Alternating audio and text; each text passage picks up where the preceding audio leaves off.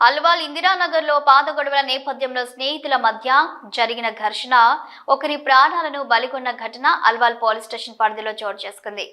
Alwal police station పరిధిలోని ఇందిరానగర్ లో నివాసం ఉంటున్న సందీప్ సెంథిల్ అనే వ్యక్తి దారుణ హత్యకు గురయ్యాడు. నిన్న రాత్రి సమయంలో సెంథిల్ ఇంట్లోకి చొరబడిన అతని స్నేహితులు కత్తులతో విచక్షణ రహితంగా దాడికి పాల్పడ్డారు. ఈ దాడిలో తీవ్రంగా గాయపడ్డ సెంథిల్ ను పుట్టగొట్టిన గాంధీ ఆసుపత్రికి తరలించగా చికిత్స పొందుతూ తెల్లవారుజామున మరణించినట్లు పోలీసులు తెలిపారు.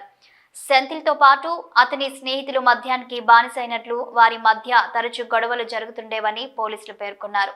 కేసు నమోదు చేసుకున్న అల్వాల్ పోలీసులు నిందితులను గుర్తించే పనిలో ఉన్నారు.